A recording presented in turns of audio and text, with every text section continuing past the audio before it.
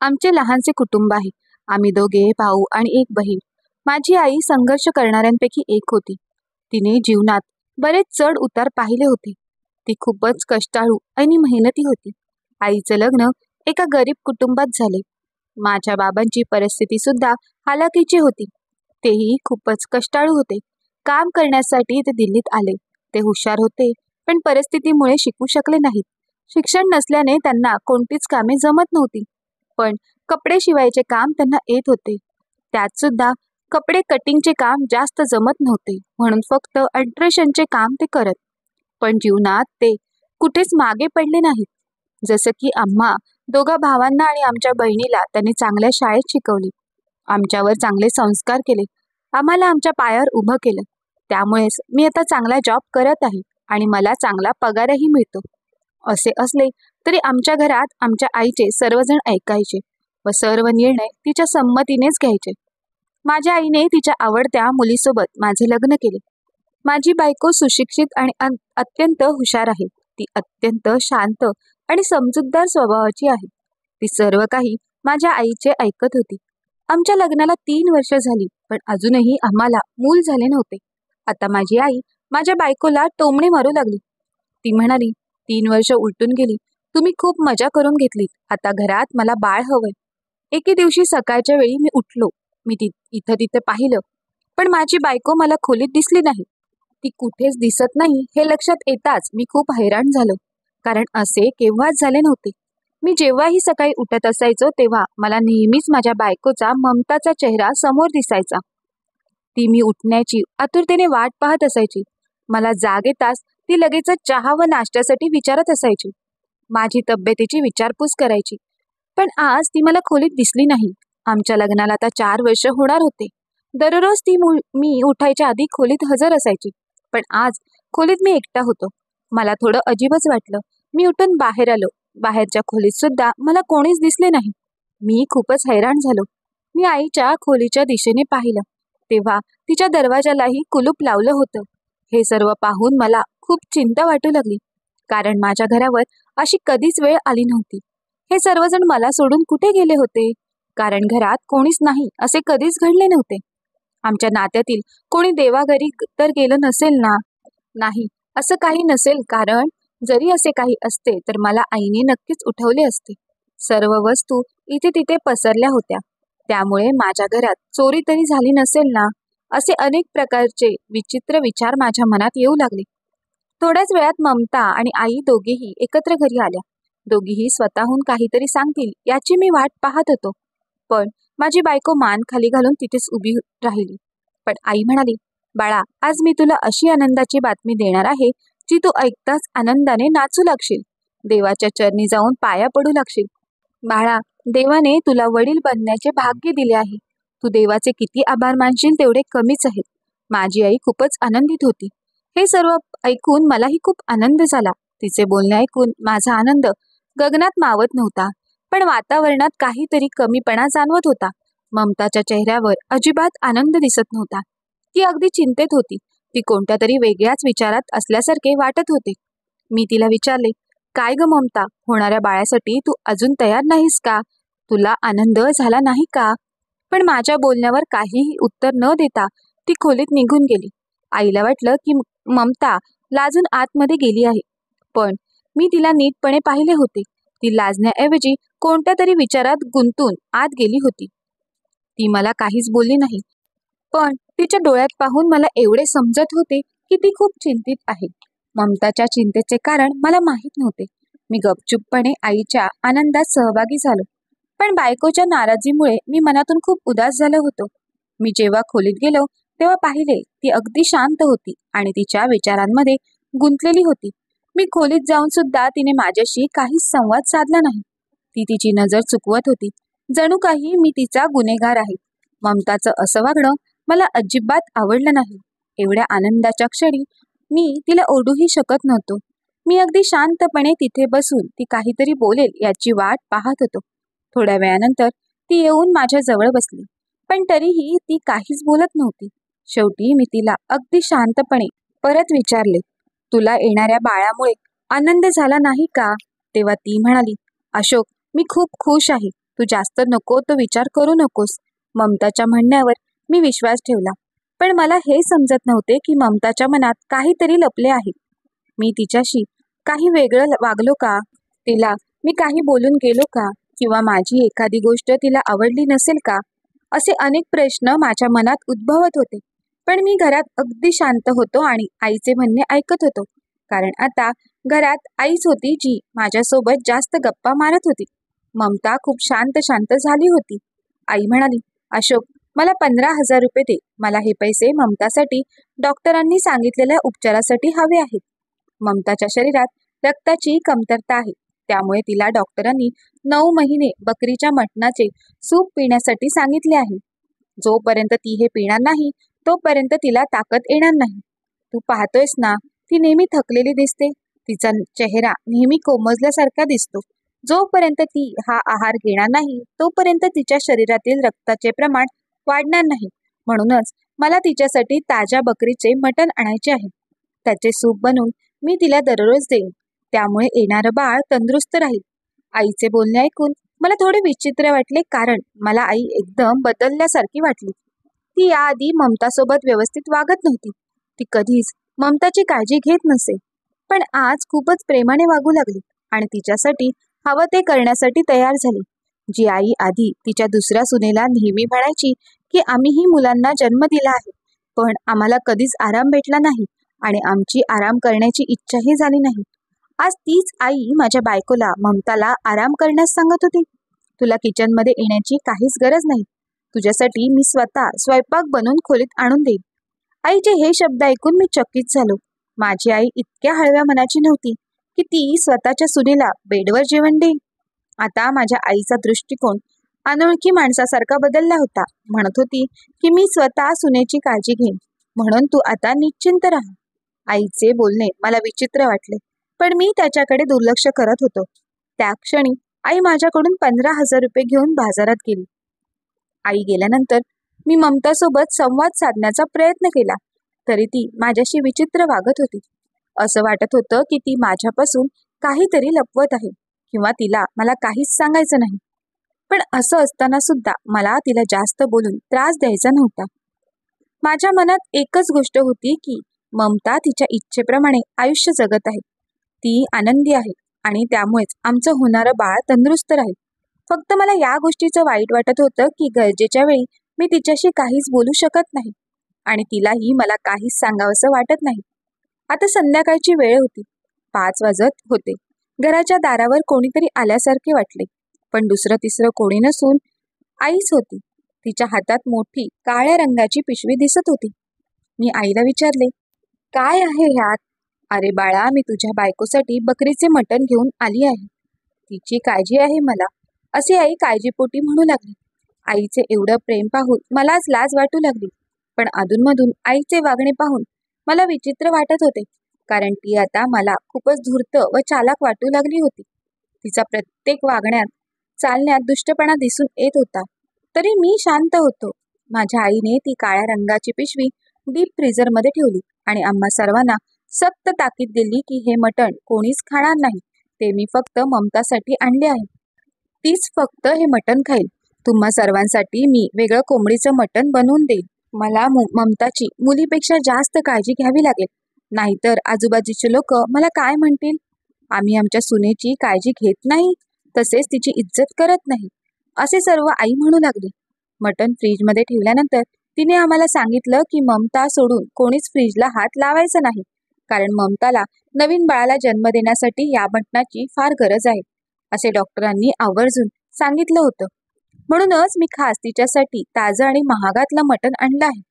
आईचा या बोलण्यावर माझा विश्वास बसत नव्हता, कारण माझी आई कधीच महागड्या वस्तू आणत नसायची. असेच दिवस निघून जात होते. एक दिवशी आईने मला हैराण करून सोडले.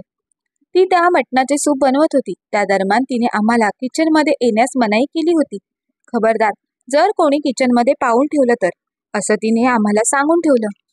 मीही या गोष्टीकडे दुर्लक्ष केलं, कारण आई या सर्व गोष्टी आमच्या भल्यासाठी करत होती. त्या दिवशी घरचे वातावरण विचित्र वाटत होते. आईने मटणाचे सूप बनवून टेबलवर ठेवले व आम्हा सर्वांना बोलवू लागले. पण माहित नाही, मटणाचं सूप पाहून मला थोडं विचित्र वाटलं. माझ्या आईने ते खास ममतासाठी बनवलं होतं, पण ते पाहून मला खूपच घाण वाटत होतं. मटण तर मी पण खातो, पण हे काहीतरी विचित्र वाटत होतं. ममतानेही आईला बऱ्याच वेळा सांगितलं की मला हे मटण खावंसं वाटत नाही, परंतु आई जिद्द करत होती की काय झालं अगं मुली, मी एवढं कष्ट करून तुझ्यासाठी बनवलं आहे, तसेच यासाठी पैसाही खूप गेला आहे आणि तू नको म्हणतेस. आजकाल तुम्हा मुलांना काय झालं आहे ते समजतच नाही. चांगल्या गोष्टी तुम्हाला आवडत नाही आणि चुकीच्या गोष्टी सकाळ संध्याकाळ खात राहता, जे शरीराला अगदी हानिकारक असतं. आईचं एवढं मोठं भाषण ऐकून बिचारी ममता डोळे बंद करून एका दमात सूप पिऊ लागली. मला ममतावर दया येत होती, पण आईच्या ओरडण्याने आणि धमकावल्याने ती मजबूर झाली होती. गपचूपपणे ममताने ते सर्व सूप संपवले, पण तिच्या चेहऱ्यावरचे हावभाव बदललेले होते.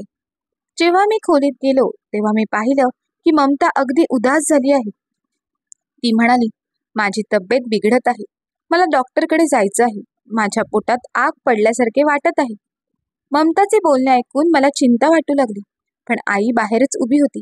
तिने आमचे बोलणे ऐकले आणि आईने ममताला समजवण्याचा प्रयत्न केला की अगं मुली, हे सुरुवातीचे दिवस आहेत. सुरुवातीच्या दिवसात बायकांची तब्येत खराब होते.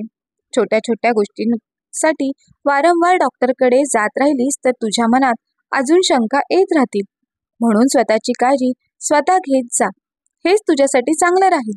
आराम कर, तुला काही वेळात बरं वाटेल.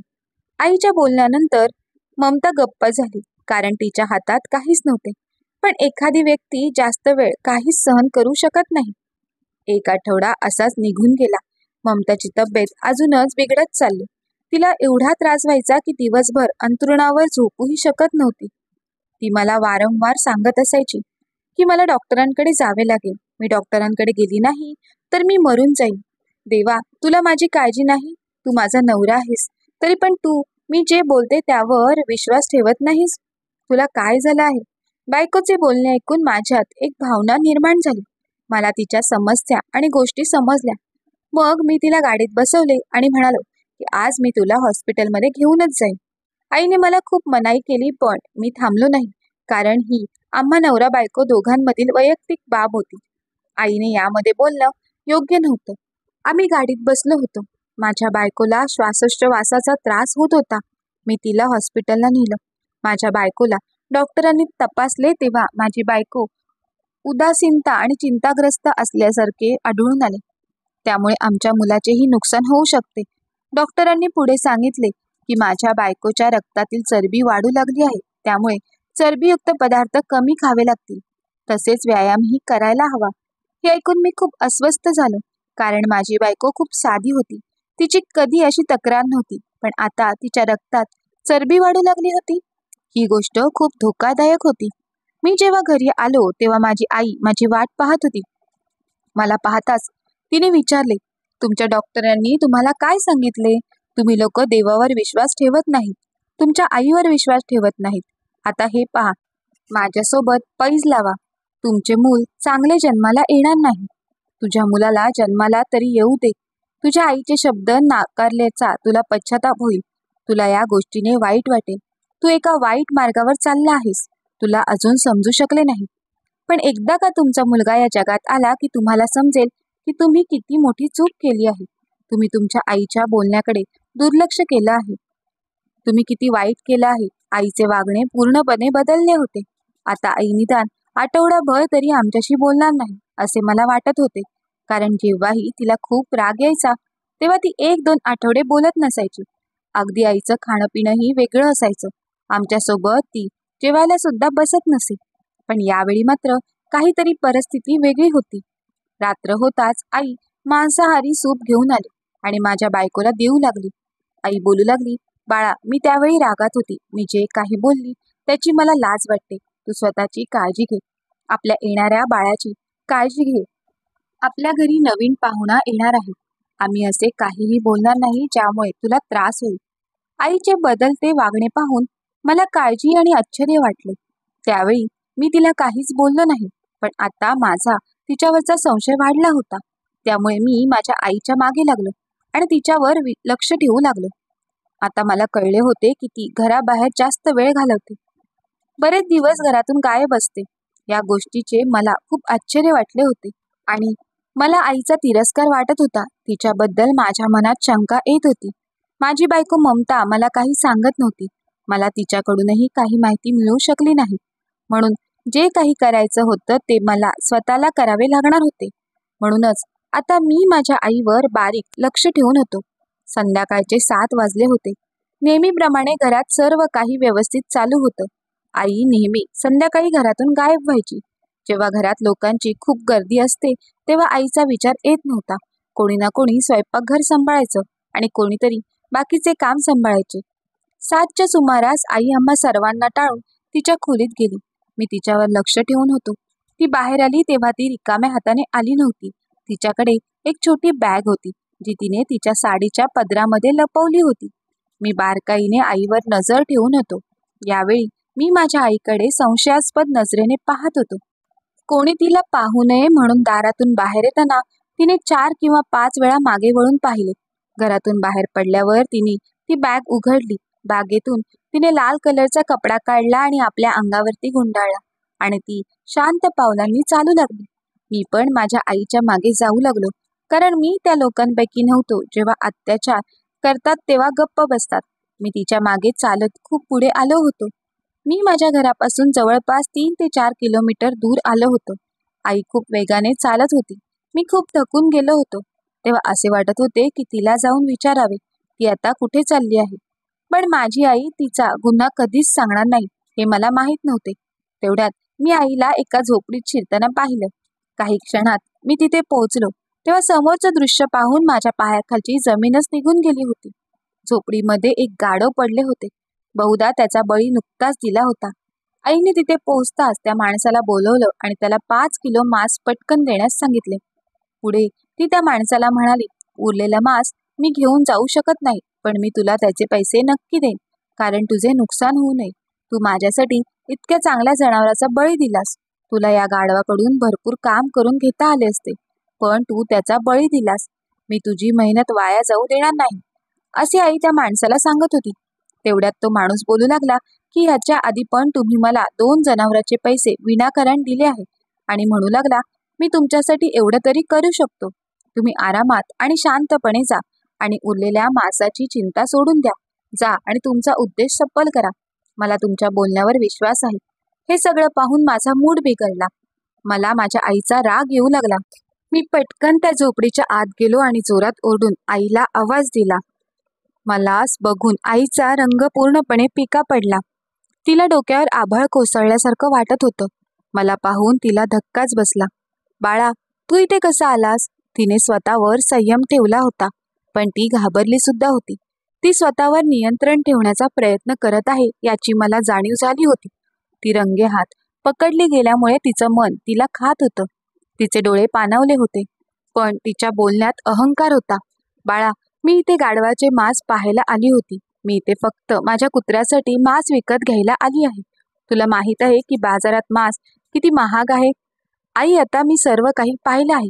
तू आता मला मूर्ख बनवू नकोस, मी तिच्या डोळ्यात पाहत म्हणालो. तेव्हा आई मला ओरडायला लागली की तुला काय वाटलं मी तुम्हाला बकरीचं मटण आणून द्यायचे? माझं काय डोकं फिरलं आहे का? एवढी महागाई असताना मी तुझ्या बायकोला एवढं महागातलं मांस आणून देईन? घर चालवण्यासाठी, घर खर्चासाठी तू मला एकही रुपया देत नाहीस, वरून 10,000 रुपये आपल्या बायकोच्या नावावरती घेतलेस. मी तुला वेडी दिसते का? तुला लाज नाही वाटत का? वरून बोलतो की माझ्या बायकोसाठी फक्त बकरीचं मटण मी घ्यावे. आईचे हे बोलणं ऐकून माझ्या मनाचा संताप झाला होता. आई, तू अशी काय बोलत आहेस? मी तुला पैसे देण्यासाठी कधी नाही बोललो. तू काहीही बोलत आहेस. माझा आणि माझ्या बायकोचा काही दोष नसताना तू आमचा द्वेष करत गेलीस. तू जे काही केलं आहेस आणि बोलत आहेस याची मला अपेक्षा नव्हती. मग आई माझ्यावर ओरडू लागली.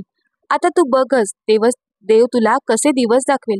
तुझ्या बायकोला जे मूल होईल ते गाढवाचं मूल असणार आहे.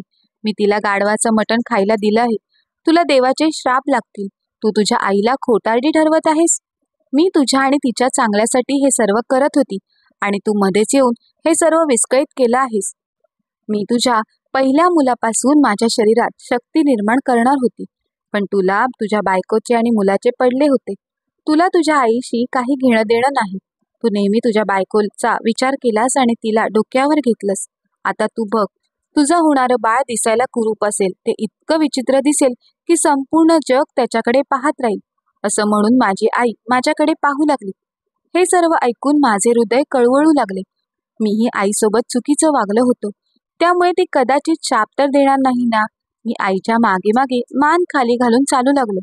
मी असे का केले, मी स्वतःच्याच आईसोबत का भांडलो, या सर्व गोष्टीचा विचार करून माझ्या मनात भीती निर्माण होऊ लागली. पण मी काहीच करू शकत नव्हतो. नंतर मी स्वतःलाच सावरून घेतलं, कारण आईचं कृत्य असं होतं ते बघून मला सहन झालं नाही. माझी बायको तिला होणाऱ्या वेदनेने किंचाळत होती. मी तिला अशा अवस्थेत पाहू शकत नव्हतो. मी विचारल्यानंतर ती म्हणाली की मला खूप घाबरल्यासारखे होत आहे. मला असे वाटते की मी आत्महत्या करून घ्यावी. मी माझ्या जीवनाचा त्याग करू इच्छिते. मी स्वतःला मारू इच्छिते. मी माझ्या बायकोला या अवस्थेत पाहू शकत नव्हतो. पण आई आणि बायको या दोघींमध्ये मी अडकून गेलो होतो. पण शेवटी ममताची अवस्था पाहून मी एक गाडी मागवली आणि दवाखान्यात पोहोचलो. माझ्यासोबत आईही होती. पण स्वतःच्या चुकीवर लाज वाटून घेण्याऐवजी ती स्वतःच्या निर्णयावर ठाम होती. मी आईला म्हणालो, माझ्यासाठी तू देवाला प्रार्थना कर. पण आईच्या चेहऱ्यावर रागीटपणा दिसत होता आणि वारंवार ती म्हणत होती की तू माझी तपस्या भंग केली आहेस. आता तुला पश्चाताप होईल. थोड्याच वेळात तू चेहरा दाखवण्याच्या लायकीचा राहणार नाहीस. तुला देवाचीच हाय लागेल. तुझं मूल असं जन्माला येईल की ज्याला पाहून संपूर्ण जग घाबरून उठेल. मला याच गोष्टीची भीती होती की माझ्या आईवडिलांनी मला वाईट शाप देऊ नये. पण त्या दिवशी मला असा अनुभव आला की देव वाईट वेळी आपल्याला मदत करतो. कठीण प्रसंगी तो धावून येतो.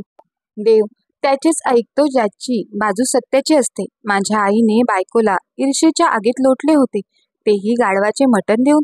तिला माझी आणि ममताची होणारी वाईट परिस्थिती पाहायची होती. पण असे झाले की ज्या दिवशी आमचं मूल या जगात आलं त्या दिवशी आई हॉस्पिटलमध्ये रडत बसली होती. जेव्हा सर्वजण आईकडे पोहोचले तेव्हा ती तिचे पाय धरून बसली होती. तिला एका विषारी कीटकने चावले होते. दवाखान्यात एवढं विषारी कीटक कुठून आले असावे. विष इतकं पसरलं होतं की आईचं पूर्ण पाय निळसर झालं होतं. त्यामुळे डॉक्टरांना ऑपरेशन करून पाय कापावा लागला. असे सांगितले, जर तसे केले नसते तर तिच्या जीवाला धोका असता. देव नेहमी सत्याच्या बाजूचा विजय करतो. आईचे जे पाऊल चुकीच्या दिशेने जात होते त्यासाठी देवाने तिला शिक्षा दिली. पण तरीही माझ्या आईला अक्कल आली नाही. ती अजूनही मलाच दोष देत बोलत होती. हे सर्व तुझ्या निष्काळजीपणामुळे झालं आहे. मी तिला समजावत राहिलो. देवाने तुला शिक्षा दिली आहे कारण तू एका निरागस बाळाच्या जीवामागे तुटून पडली होतीस आणि याचमुळे तुला तुझा पाय गमवावा लागला. ती स्वतःला शक्तिशाली बनवण्याच्या प्रयत्नात माझ्या लहान बाळाला मारून टाकण्याच्या विचारात होती आणि हे सर्व ती एका ढोंगी बाबाच्या सांगण्यावरून करत होती. स्वतःला शक्तिमान बनवण्याच्या नादात एका चुकीच्या रस्त्यावर जाऊ लागली होती. माझी आई एक मेहनती व साहसी स्त्री होती, परंतु कोणाचे तरी ऐकण्याने तिने चुकीचा मार्ग धरला होता. जर तिच्या मनाचा शाप माझ्या मुलाला लागला असता तर त्याला शिक्षा भेटणार असती आणि माझं बाळ तंदुरुस्त झालं नसतं किंवा तो व्यंग असता. पण देवाच्या कृपेने माझं बाळ दिसायला सुंदर व शरीराने अगदी व्यवस्थित जन्माला आलं. देवाने मला वेळीच गोड फळ दिलं आणि गुन्हेगाराला त्याच्या गुन्ह्याची शिक्षा दिली. मी माझ्या आईवर आत्ता सुद्धा प्रेम करतो कारण ती खूप चांगली स्त्री होती, परंतु ती एका चुकीच्या मार्गाच्या दिशेने गेली होती. मी आता सुद्धा आईची सेवा करू इच्छितो, पण त्या ढोंगी बाबाने माझ्या आईचे डोकं वाईट विचारांनी भरून टाकले होते. म्हणून आई मला दोषी ठरवत होती. तर वाचका हो, आता मला तुम्हीच सांगा, मी माझ्या आईला कसे समजावू आणि तिच्या डोक्यातून वाईट विचार कसे बाहेर काढू. मला आताही माझ्या आईची भीती वाटते कारण आताही ती माझ्या बाळासाठी धोक्याची ठरू शकते. त्या ढोंगी बाबांनी आईचे विचार बदलून टाकले आहेत. आता तुम्हीच सांगा, मी या परिस्थितीत काय केलं पाहिजे. आईला एकटीला सोडून द्यावे का की मी माझ्या बायकोला आणि बाळाला सोडून देऊन आईची सेवा करत बसावे. मला तुमच्या सर्वांच्या विचारांची खूप गरज आहे. मी खूप चिंतित आहे. तर वाचका हो, आज तुम्हाला आमची कथा आवडली असेल तर नक्की लाईक करा व मित्रांसोबत शेअर करा आणि हो, आमच्या चॅनलला सबस्क्राईब केलं नसेल तर नक्की करा. परत भेटू नव्या कथेसोबत. सर्वांना माझा नमस्कार. धन्यवाद.